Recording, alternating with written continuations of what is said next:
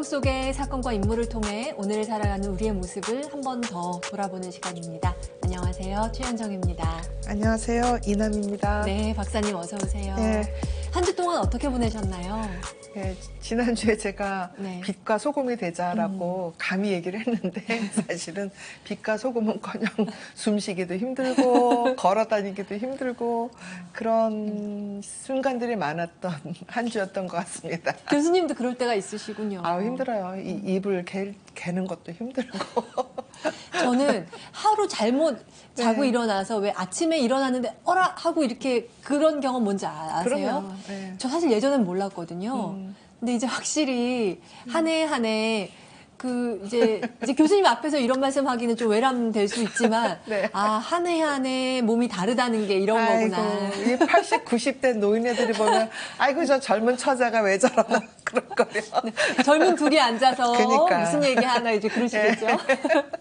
그래서 하루하루 뭐 빛과 소금이라는 게 너무 거창하다면은 네. 하루하루 주어진 나의 몸, 네. 뭐 하나하나에 작은 것에도 좀 감사하면서 살자. 네. 이제 이렇게 이제 생각을 하면서 네. 오늘 여기를 왔는데 네. 오늘의 우리 주제는 네. 율법 안에 있는 그런 내용이죠, 교수님. 네. 그 율법에서도 뭐가 옳고 그르냐 그런 근본적인 질문에 대해서 좀 같이 생각을 해봤으면 좋겠어요. 좀 어렵게도 느껴져요. 그쵸. 사실 어떤 때에는 옳고 그름이 너무나 쉽고 명확하다라고 생각했던 시기도 있었던 것 같아요. 네. 제 삶에서. 근데 어느 때인가는 옳고 그른다는 그 내 기준이 다분히 아주 주관적인 기준이 아닌가 이런 고민에 빠져드는 그렇죠. 때도 있고 그걸 이렇게 그렇거든요. 젊었을 때 깨달았으면 네. 굉장히 빨리 깨달으신 것 같아요. 아직도 매일을 네. 갈팡질팡하고 있는 것 같은데 네. 그래서 이걸 좀 우리가 같이 생각해 보는 게 네. 의미가 있다는 생각이 듭니다. 하느님의 율법을 통해서 생각하는 정의의 심판, 죄의 상징 이런 이야기들을 한번 나눠보겠습니다. 먼저 우리가 함께 묵상할 말씀을 듣고 오겠습니다. 내가 율법이나 예언서들을 폐지하러 온 줄로 생각하지 마라. 폐지하러 온 것이 아니라 오히려 완성하러 왔다. 율법과 예언자들의 시대는 요한까지다. 그 뒤로는 하느님 나라의 복음이 전해지고 있는데 모두 이 나라에 들어가려고 힘을 쓴다. 율법에서 한 획이 빠지는 것보다 하늘과 땅이 사라지는 것이 더 쉽다. 이 복음서에 보면요. 예수님은 흔히 말하는 율법학자들이 싫어할 만한 언행? 네. 많이 하셨던 것 같아요. 간통죄의 여성을 아무도 손대지 않을 여성을 덥석 도와주시는 모습이나 이런 것들이 당시 일반적으로 이렇게 구분지어지는 선악, 정의와 불의를 예수님은 정말 새롭게 쓰셨다는 생각도 들거든요. 그렇죠. 네. 그러니까 예수님 시대를 우리가 잘 모르니까 지금 시대하고 한번 조금 이렇게 끌어와서 같이 생각을 해보면 좀 이해가 쉽지 않을까 해요. 그러니까 그 율법학자들이 네가 율법을 다 부수러 왔지. 주일도 안 지키고 아까 말한 간통죄 여성도 구하고 그 율법학자들한테 공격을 받을 때 예수님은 굉장한 혁명적인 아주 사회 전복을 꿈꾸는 아무것도 모르는 그 진보적 젊은이라고 아마 생각들을 했을 거예요. 근데 그런 일들이 지금 우리 현대에서도 많이 벌어져요. 그러니까 자칭 보수, 뭐 자칭 진보 이런 사람들이 자칭 보수는 뭔가 새로운 거를 얘기를 하면 세상 물정 모르는 가짜다 뭐 이렇게 얘기하고 또 우리가 원래 가지고 있던 어떤 윤리적인 힘, 전통의 가치 뭐 이런 걸 얘기하면 그런 고루한 뭐 요새 말로 뭐 꼰대니 뭐 이런 얘기 하면서 비난하고요.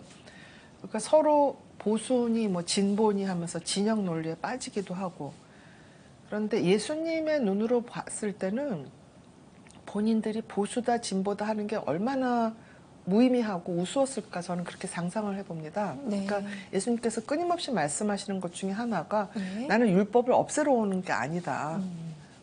완성하러 왔다. 그렇죠. 예. 네, 그래서 요 시대가 동서양을 막론하고 이제 사회가 유지되기 위해서 법이 만들어지는 시대입니다. 그러니까 공자나 부처님이 예수님보다 300~400년쯤 전에 오셨잖아요, 세상에. 근데 공자님은 인의 이런 걸 얘기를 했고, 예. 또 부처님은 자비를 얘기했지 어떤 법을 얘기를 하지는 않았어요. 근데 그 몇백 년 지난 다음에 우리가 잘 아는 진시황이 네. 한비자 법가, 그래서 네. 법을 쭉 만들었잖아요. 그러니까 어떻게 보면 구약은 이미 먼저 법을 얘기했고, 중동 이제 함무라비 법전 해가 법이 훨씬 더 먼저 생긴 거죠. 근데 동양은 법이 나중에 생겼어요. 근데 어쨌거나 요 시기는 네. 제대로 된 법을 만들어가는 시기입니다. 그래서 좀 있으면 이제 로마법, 요 예수님이 돌아가신 다음에 로마법이 이제 완성되고 하는 시기잖아요. 근데 우리 일상에서도 맨날 느끼지만 법은 사람을 살리기도 하고 죽이기도 하죠. 그렇죠. 예, 그래서 예수님 시대에 율법이 사람을 살리는 것보다 사실은 죽이는 게 더 많았던 거죠. 그래서 예수님께서 하신 말씀이 막 다 유명한 얘기지만 안식일에 죽어가는 사람을 살리는 것이 맞냐, 죽이는 그냥 죽도록 내버려 두는 게 맞느냐. 그 율법에 어긋난다고 해서 죽어가는 사람 그대로 내버려 두는 게 그게 하느님의 뜻이고 그게 율법이냐, 네. 이런 질문을 하셨잖아요. 그렇죠. 그러니까 그 얘기가 이제 오늘 관통하는 주제겠죠. 네. 예. 그래서 예수님은 사실은 뭐 형제와 심지어 죄수와도 화해해야 한다 이런 네. 말씀을 하시면서 어찌 보면 이제 율법학자들의 기준에서 봤을 때는 이렇게 법이라는 게 지키라고 있는 법인데 네. 자꾸 너가 예외를 만들어내고 흔들려는 거 아니냐, 그렇죠. 이제 이런 관점으로 봤을 수가 있을 것 그렇죠. 같아요. 그래서, 근데 예수님이 말씀하셨던 형제, 죄수는 어떤 사람들이라고 그렇죠. 봐야 할까요? 그러니까 형제 죄수 뭐 이렇게 분리해서 우선 생각하기 전에 우리가 법을 얘기할 때는 이건 잘못됐어, 그러니까 벌 줘야 돼 하는, 어떻게 보면 약간 화가 나는 부분이 있어요. 그렇죠. 어떤 사람이 도둑질을 했다, 그래서 네. 도둑을 맞았다는 화가 나겠죠. 그렇죠. 폭행을 당했다, 화가 나겠죠. 그렇죠. 내 가족이 살인범한테 살해당했다, 화가 나겠죠. 또 뭐 사기를 당했다, 다 화가 나거든요. 그렇죠. 근데 예수님께서 처음에 말씀하신 게 뭐냐면 화내지 말라요. 이상한 얘기죠. 어찌 보면 우리의 본성을 네. 딱 막으시는 것 같기도 그래서 그걸 하거든요. 조금 더 깊이 좀 들여다봐야 될 것 같아요. 네. 그래서 이제 라틴어 성경을 좀 들여다봤어요. 왜 뭘 알게 되면 화가 나고, 그 다음에 뭘 따지면 또 할 일이 많아지는가. 그쵸? 그래서 뭐 법을 지키려고 그러면 화부터 나는 이유. 뭔가 이걸 이렇게 근본적으로 이렇게 들여다보면 실은 아주 구약 시대부터 먼저 가봐야 돼요. 구약으로요. 구약으로. 네. 구약의 우리 인류의 첫 번째 죄가 하느님이 네. 시키신 일을 하지 않고 거짓말을 하고 어떻게 보면 몰래 뭔가를 먹지 말아야 될 걸 먹은 거잖아요. 그렇죠. 어떻게 보면 하느님을 속인 속이려고. 거죠. 네. 횡령? 뭐 기만죄? 뭐라 그래야 될까요? 기망죄? 한번 보세요. 그래서 그때 생긴 게 뭐냐면 지혜죠. 네. 사피엔치아라고, 예. 이게 지혜거든요. 근데 성경에 보면 사피엔치아가 뭐를 유발하냐면요, 인디그나치오라는, 이게 분노예요. 아. 근데 그냥 이 앵거 분노하고 다르게 뭐냐면 불의에 대한 분노예요. 옳지 못한 거에 대한 분노. 그러면 이게 뭐냐면, 내가 우리 이제 두 분이 있잖아요. 자녀가 있잖아요. 그러면 큰 애가 작은 애를 때렸어요. 그러면 화나죠. 그렇죠. 화나서 그러고 야단치게 되잖아요. 그렇죠. 그 분별하는 거죠. 아무리 어린애라도 때리는 행동은 안 돼. 그래서 옳지 못한 거에 대해서 우리가 분노할 수 있는 거죠. 예. 근데 옳지 못하다라는 거가 사피엔치아죠. 지혜죠. 그래서 이게 그 코헬레서 이제 예전엔 전도서라고 하는데 보면 지혜가 많으면 분노할 일이 많다 이렇게 되는 한글판에는 그렇게 돼 있어요. 그래서 뭐 지혜 많은데 왜 분노하지? 지혜 많으면 다 이해할 것 같고 하는데 깊이 들어가면 이런 거예요. 지혜가 있으니까 있으면 분별이 옳지 잘 못한 거에 되니까. 대해서. 그런데 우리가 아까 말씀한 대로 옳지 못하다는 거가 얼마나 자의적인 거예요. 그렇죠? 나한테 이로우면 그게 옳은 거고 나한테 이롭지 않으면 옳지 못하다고 얘기하는 경우 되게 많아요. 그렇죠. 우리가 뭐 부모 자식 간에도 부모한테 잘해라 그러잖아요. 부모한테 못하면 화가 나죠. 사실 부모 입장에서는 나한테 잘 못하니까 옳지 못하다고 생각을 하는 거예요. 또 자녀 입장에서는 부모가 돼가지고 왜 나한테 이거밖에 못해? 옳지 못해. 바르지 못한 부모야. 그래서 화를 내요. 그것도 역시 나의 입장에서 나한테 이롭지 않으면 화가 나는 거죠. 그렇죠. 그래서 예수님이 보시기에는 화낸다고 하는 사람들을 이렇게 가만히 보면 결국에는 이기심 때문에 분별심 때문에 너랑 나랑은 다르다. 뭐 우리 편 너희 편 다르다. 뭐 내 이익을 너희가 뺏어갔지 하는 면에서 화를 낸다. 이렇게 보신 거라고 저는 이해를 했어요.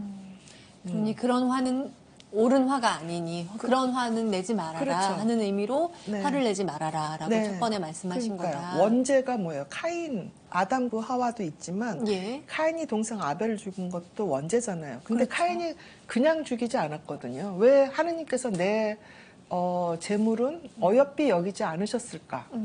공평하지 않다 할 때 화를 내면서 죽였어요. 네, 네. 그게 원죄 시작이에요. 공평하지 않다라고 얘기하는 거. 근데 그 주관적인 판단이라는 그렇죠. 거죠. 네. 공평하지 않다고 내가 느끼는 거지. 네. 실제 공평하다라고 판단 내릴 그거는 하느님의 영역이라는 거죠. 그래서 예수님께서 말씀하시는 율법은 우리가 말하는 법하고는 좀 차원이 다른 거죠. 그렇기 때문에 당시 율법학자로부터 완전 반역자의 느낌으로 그렇죠. 네, 네. 다가갔을 것 같은데 네. 그때 이제 예수님은 화내지 말라 하시면서 죄수에게 형제에게 화해하는 것도 강조하셨단 그렇죠. 말이죠. 네. 거기서 말하는 형제들, 죄수들은 어떤 사람들을 얘기하는 걸까? 그러니까 우리가 누구한테 화날 때는요, 사실은 가까운 사람한테 화가 나요. 그렇죠. 기대가 있으니까. 그렇죠. 사랑하기 때문에 더 미울 수 있어요. 네. 그래서 형제끼리 싸움이 나면 훨씬 더 오래 가요. 마음에 더 많이 남고. 그리고 용서가 절대 안 돼요. 어떤 면에서는. 그 다음에 이제 죄수의 비유는 우리는 죄수랑 다르다고 생각해요. 보통은. 네. 그래서 왜 사람들이 무슨 죄를 졌다 그러면 쭈루루 구경 가서 뭐 돌팔매도 하고 막 결함도 던지고 그러면서 뭐 네가 인간이냐 그러면서 막 그런 사람들 있잖아요. 그렇죠. 근데 하느님 보시기에는 돌을 던지는 사람이 과연 죄가 없냐? 그건 아니라는 거죠. 그래서 그걸 이제 융심리학에서는 어떻게 설명하냐면 이제 그림자 컴플렉스라고 제가 몇 번 얘기 드린 적 있어요. 그렇죠. 네. 그래서 우리 이제 인간이 여기 있으면 선함이 여기 있고 이제 악함이 여기 있어가지고 선한 거는 천사, 또 악한 거는 악마 이렇게 돼서 나는 천사와 손 붙잡았는데 내 적은 악마와 손을 잡았어. 그래서 내 적을 무찌르고 박멸해야 돼. 바퀴벌레들이야, 뭐 이렇게. 그러니까 하마스를 죽이려고 하는 이스라엘 사람들, 또 그 이스라엘 인질들 죽이려는 하마스 사람은 다 이렇게 적과 이렇게 내 편을 이렇게 딱 분리해서 다 외부로 투사를 하는 거거든요. 근데 융심리학에서는 천사와 악마가 우리 안에 다 있다고 얘기를 해요. 그래서 우리가 만약에 선한 사람으로 포장을 하잖아요. 그리고 선한 사람으로 기능하면 내 안에 악마가 있어요. 이 악마가 일종의 그림자,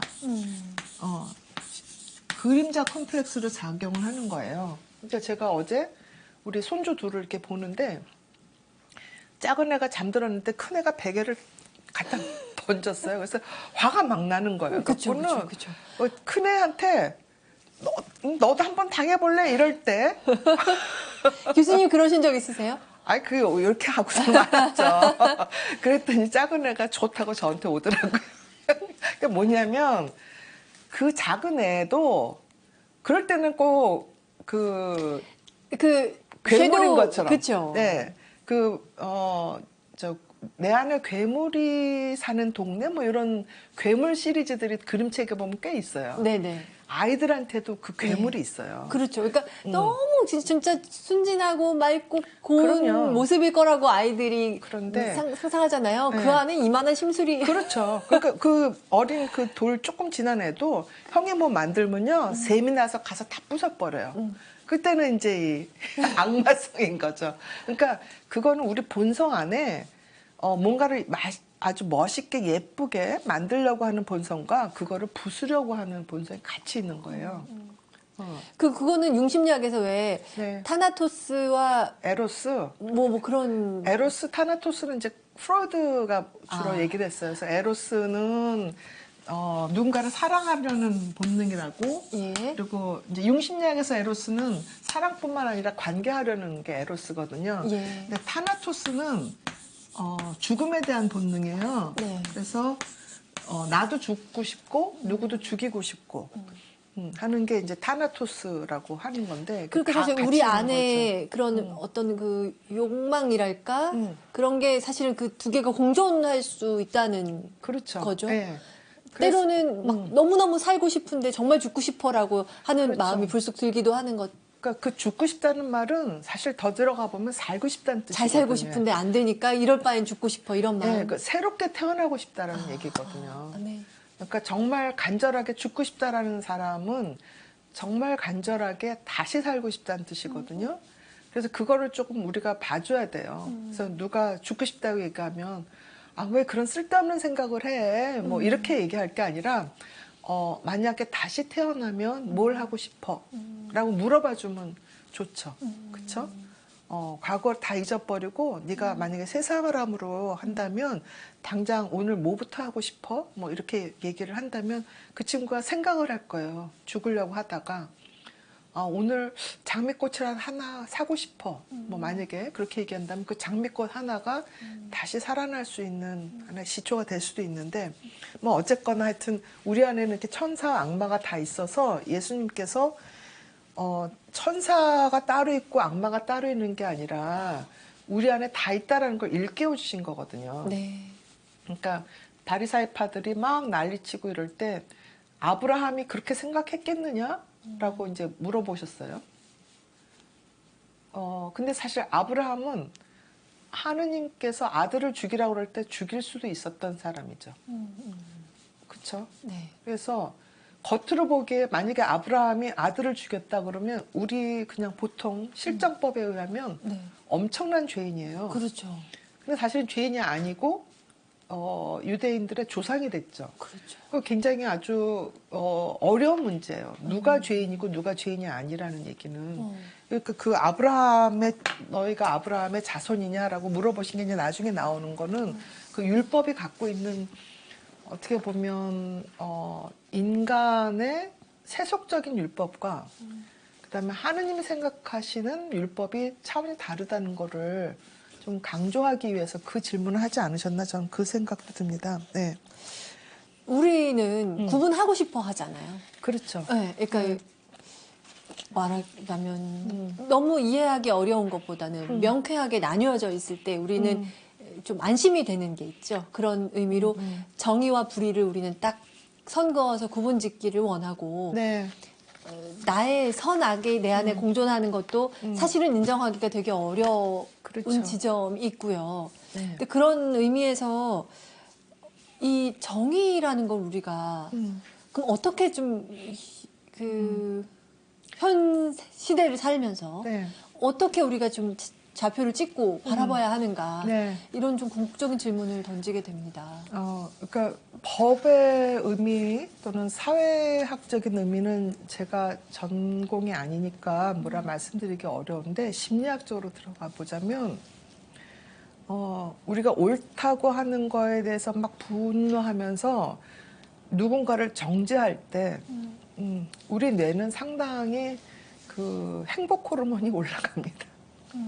그러니까 그런 거 맞는 것 같아요. 그러니까 어떤 사람의 이제 말하자면 악을 봤을 때 우리가 악이라고 가리키면서 나는 선이 된 듯한 착각을 하기가 쉬워진다는 거죠. 그렇죠. 악을 규정 지으면서 자연스럽게 나는 그의 반대인 양 스스로 착각을 생각하고, 네, 하고 그다음에 어떻게 보면 예전에 마녀사냥이라고 기억하시죠? 중세 이후에 최근 근세까지 어떤 여성들을 이제 악마라고 마녀라고 해서 뭐 화형도 시키고 했던 거 있죠. 네. 이제 그런 거를 우리가 속죄양이라고 얘기하잖아요. 근데 예수님도 스스로 속죄양이 되신 거잖아요. 아, 그렇죠. 뭐냐면 특히 이제 사회가 뒤숭숭할 때, 또 많은 사람들이 우울할 때 속에 부글부글 화가 나요. 그럼 뭔가 속죄양, 대속할 수 있는 어떤 대상을 세워서 그 사람을 벌을 주거나 뭐 처형을 하거나 그럼 나머지 사람들은 우리는 살았네 그러면서 굉장히 상대적으로 이렇게 기분이 고양되는 그런 순간들이 있어요. 그래서 아마 중세나 뭐 근세 요럴 때를 그리는 영화들 보자 보면 왜 처형을 공개 처형을 하잖아요.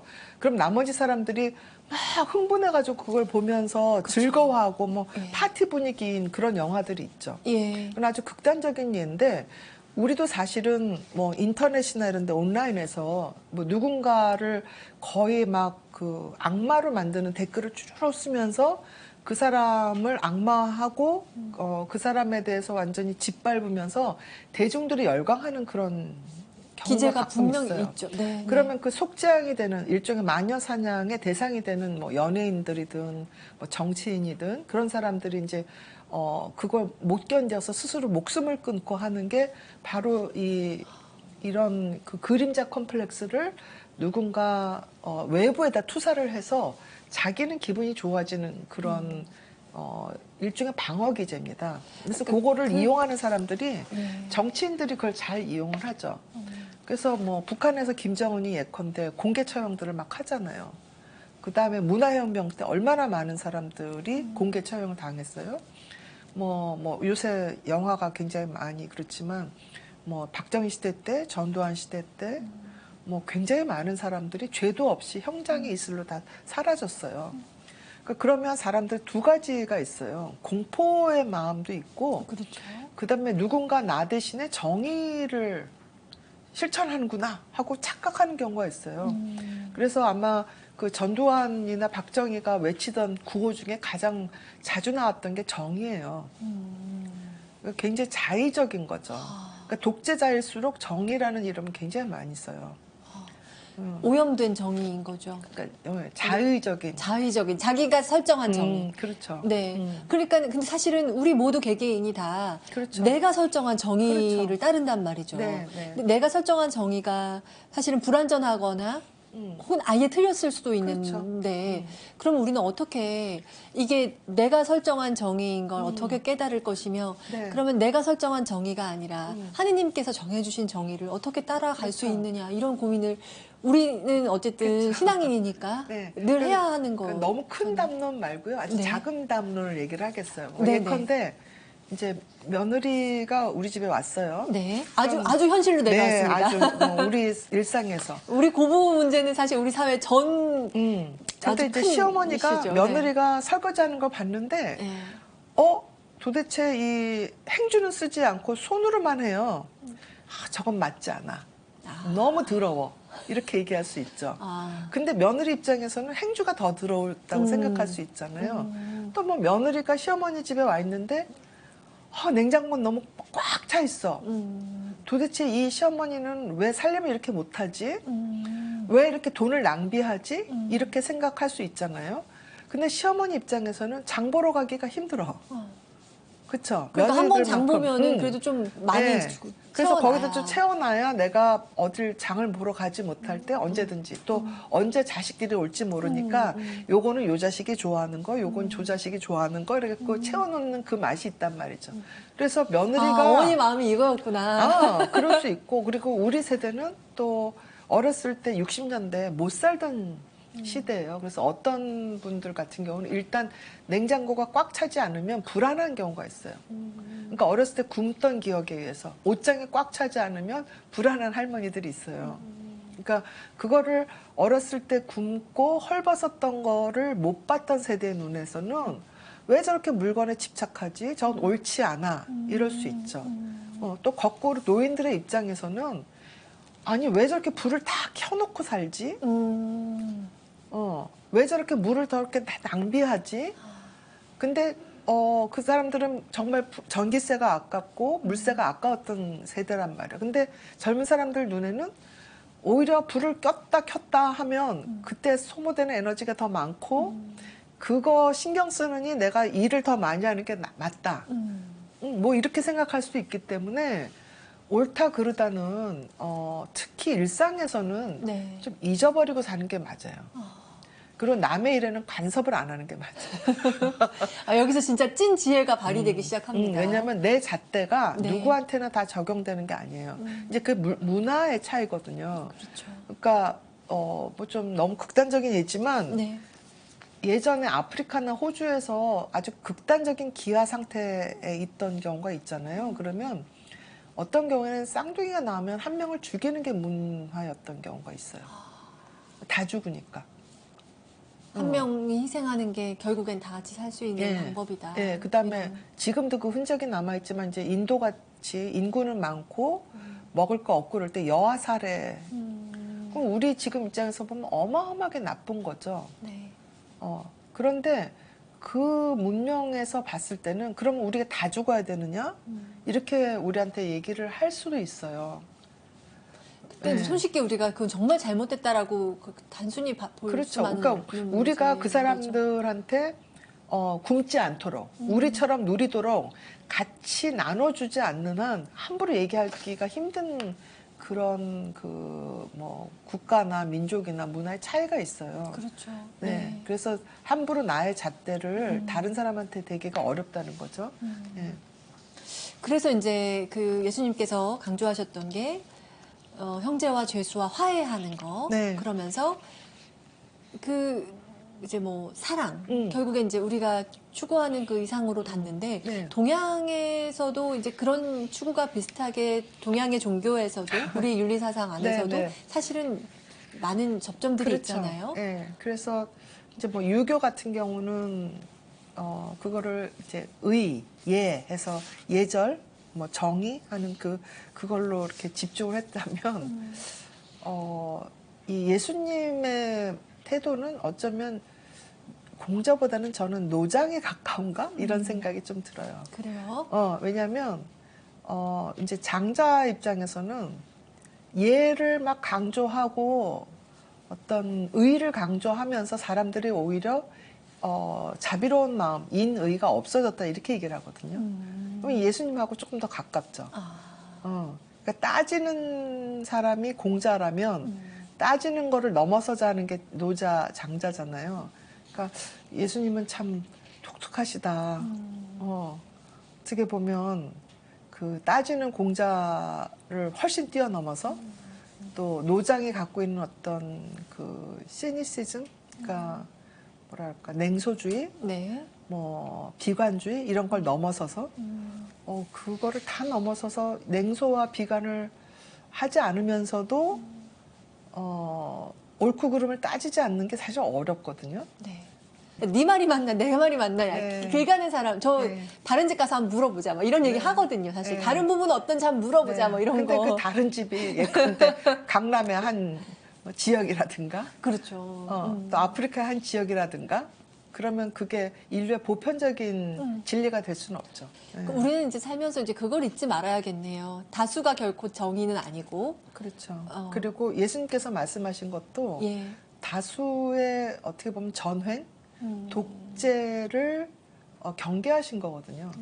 그 당시에 예수님을 따르던 사람들은 결코 다수가 아니고 힘 있는 사람이 아니었어요. 네. 결코 법을 얘기할 수 있었던 사람들이 아니에요. 법의 희생자가 되면 희생자가 되지 집행자는 아니었던 거예요. 예. 근데 우리는 항상 집행자의 입장에서만 생각을 해요. 그래서 다른 사람들을 단죄하고 치죄하려고는 하지만 스스로의 죄에 대해서 통렬하게 비판하고 그러기엔 좀 어렵거든요. 뭐 기껏해야 우리 뭐 고해성사 가서 뭐 요만큼 얘기하고 말잖아요. 그렇죠. 예, 뭐 부부싸움 할 때도 다 내가 잘했고 너는 못했다고 그러지. 그쵸? 반대로 싸우는 사람 별로 없잖아요. 그 반대로 싸울 수 있으면 정말 네. 새로운 세상이 펼쳐지겠네요. 네. 내가 더 많이 잘못했잖아. 그렇죠. 네? 그렇게 싸울 수 그렇죠. 있다면. 그거 되게 좋아요. 왜 좋냐면 네. 가다 소리 지르고 싶을 때 있어요.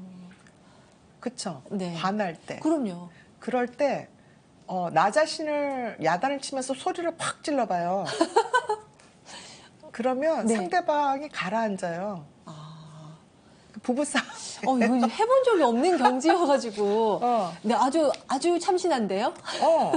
내가 도대체 나 때문에 못 살아. 그러면서 한번 소리 한번 질러봐요. 교수님 진짜 그러기도 하세요? 그래요. 아. 그 다음에 이제 남편 이제 화내고 싶을 때, 아니, 왜 그렇게 자기 건강도 돌보지 않아? 그래서 아프면서 왜 일을 그렇게 많이 해? 그러고 소리를 지르면 야단치는 건 아니고 네. 걱정하는 건데 소리는 질렀잖아요. 한번 이렇게 거꾸로 뒤집어서 네. 애들한테도 자녀들한테도 엄마가 그렇게 공부하지 말고 좀 놀라고 그랬잖아. 그거 한번 해봐야 되겠는데요? 네, 그렇게 밤늦게까지 공부를 하니까 병이 나지. 그래봐요. 그 말 좀 하고 싶다. 그럴 수 있는 상황이 좀 됐으면 좋겠다는 생각을. 그거를 어렸을 때 책 보는 거, 책 좀 그만 봐. 그러면 애들이 책을 더 보고 싶어져요. 근데 사실 원래. 저는 그 얘기를 많이 들었거든요. 그쵸. 눈 나빠진다. 책 좀 그렇죠. 그만 봐라. 그러니까 훌륭하게 됐잖아요. 공부하라는 소리를 하지 말고 공부 좀 그만해. 이제 좀 쉬어. 그러다가 허리 다 나가. 뭐 이런 얘기를 좀 하면 네. 애들은 더 해요. 네. 예수님이 말씀하신 것을 우리가 이제 현대식으로 우리가 지금 마무리를 짓자면 내가 생각하는 정의가 진짜 정의인지는 속단할 수 없다. 네. 이 마음을 좀 지니고 네. 생활할 때 좀 네. 기억할 수 있으면 좋겠다. 네. 이런 마음을 갖게 됩니다. 네. 오늘 말씀 너무 잘 들었고요, 교수님. 네. 다음 시간에 우리의 주제는 또 어떻게 될까요? 이 빛과 소금하고 옳고 그름 뭐 이런 거를 했기 때문에 이 다음에는 그야말로 제가 뭐 나는 하느님 내가 바로 아브라함 이전에도 있었다 뭐 이런 얘기도 하고 그래서 예수님께서 본격적으로 이제 기적을 베풀기 시작을 하거든요. 그래서 그 중에서도 그 눈이 먼 사람을 고쳐주는 부분이 있어요. 네. 그러니까 빛하고 소금 또 옳고 그름을 한번 연결을 해서 네. 도대체 눈이 먼다는 게 뭐냐, 그리고 눈을 뜨게 해준다는 게 뭐냐 이런 거에 대해서 좀 심리학적으로 어떤 의미가 있는지 얘기를 해보려고 해요. 네, 다음 시간도 무척 기대가 됩니다. 네. 자, 시청해주신 여러분 감사하고요. 다음 시간에도 함께 해주시기 바랍니다. 여러분 고맙습니다. 네, 고맙습니다.